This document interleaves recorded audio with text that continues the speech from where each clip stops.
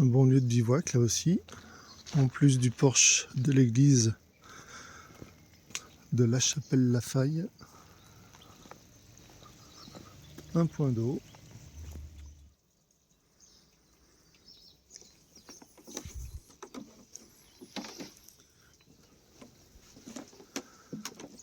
Donc, départ de la Chapelle en la Faille, où j'ai très bien dormi au gîte.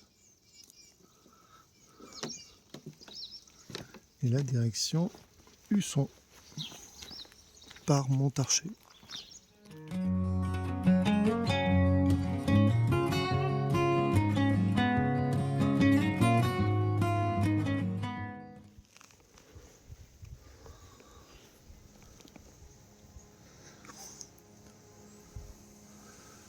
Bon, je suis arrivé à Montarcher, c'est juste à côté de la Chapelle en la Faille.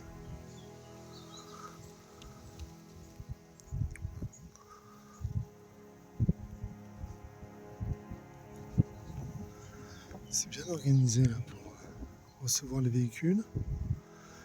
Il y a des tables aussi, des bancs pour manger, pour bivouaquer éventuellement. Puis là on a le clos. Le clos, je sais plus comment.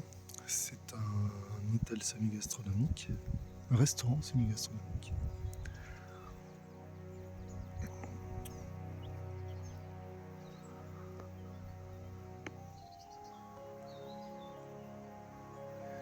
Donc, derrière cette maison, il y a une église. On va aller voir ça.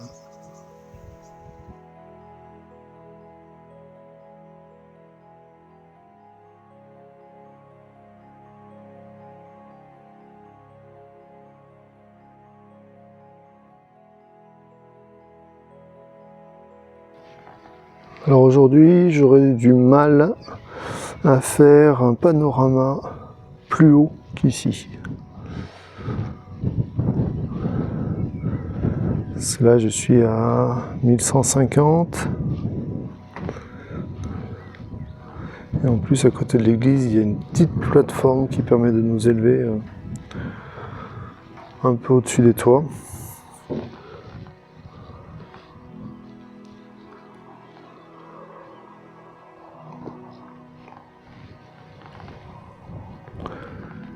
Donc là, je vous fais un 360.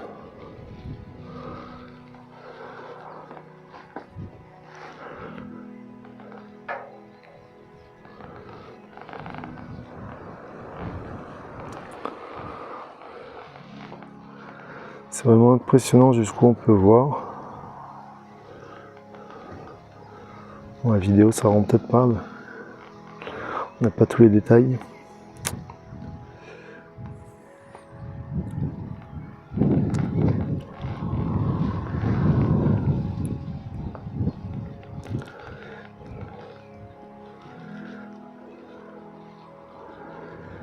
Et voilà. Un petit coq en girouette.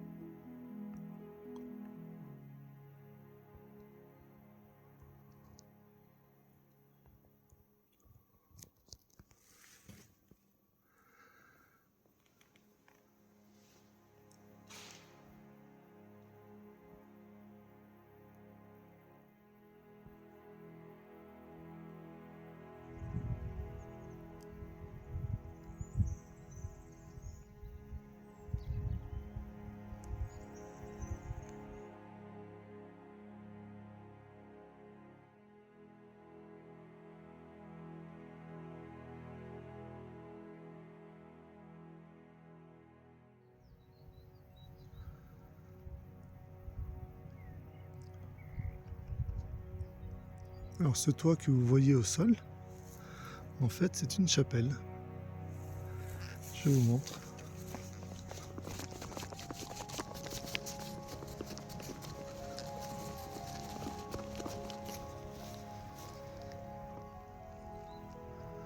Voilà.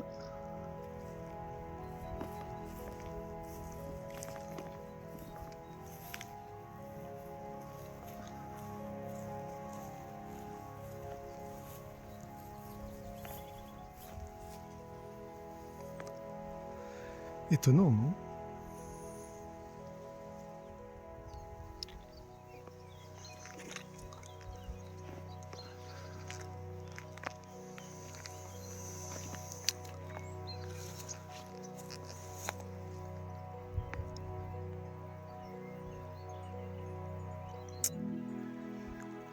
Alors, 1130 mètres d'altitude. Donc à Montarcher, j'étais bien plus haut finalement que 1150.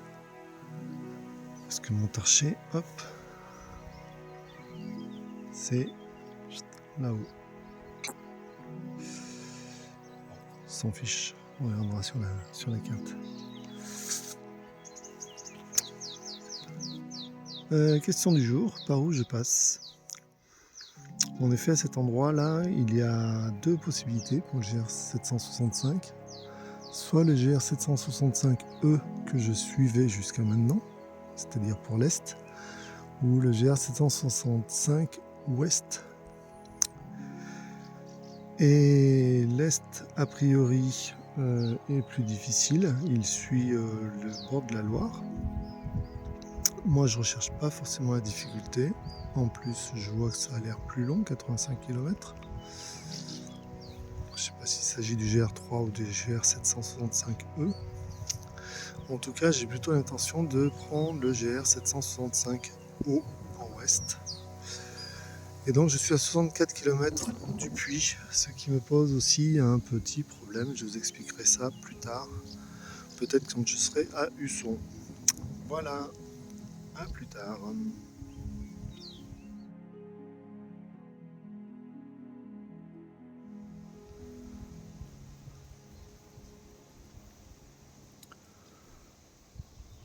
Montarcher tout en haut. Donc je suis bien descendu. Et là je vais remonter pour passer au-dessus d'une colline, puis redescendre ensuite sur Husson.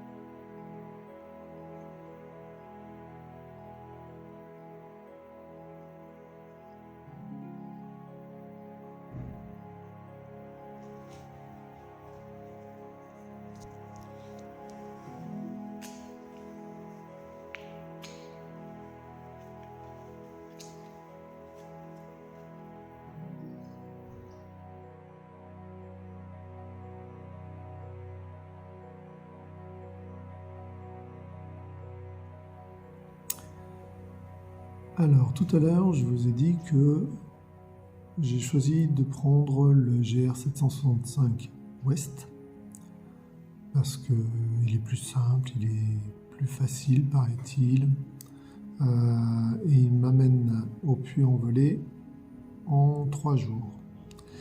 Et le problème, c'est que 3 jours, c'est trop rapide. Je suis allé trop vite jusqu'à maintenant et j'ai un jour d'avance. Alors même si j'avais pas de planning prédéfini, en tout cas, ce que je voulais, c'était arriver au Puy-en-Velay vers le 13 juillet, 14 juillet. Et là, donc, j'arriverai le 12. Ce qui m'intéresse, c'est d'être au 14 juillet au Puy-en-Velay, parce que j'ai vu des photos du feu d'artifice au Puy-en-Velay avec la colline où il y a la chapelle dessus, je ne sais plus comment elle s'appelle, Montguy ou chapelle Saint-Michel, je ne sais plus. Enfin bon, j'ai vu des photos de feux d'artifice qui étaient vraiment très belles, et en tant qu'amateur de photos, ça m'intéresse de pouvoir assister à ce feu d'artifice et pouvoir faire des photos et des vidéos. Je vous partagerai ça, mais je voudrais également faire une journée de repos au Puy-en-Velay pour pouvoir avoir le temps de visiter la ville, parce que je pense qu'il y a des choses intéressantes là-bas.